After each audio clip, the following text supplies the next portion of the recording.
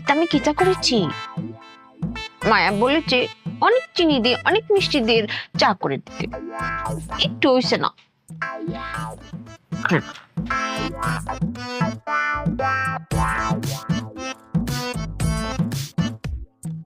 কেমন হইছে না?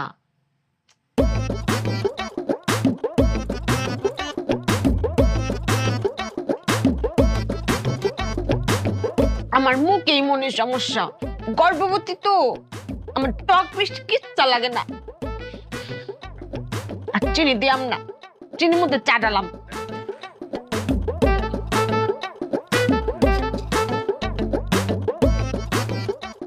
অনেক মিষ্টি।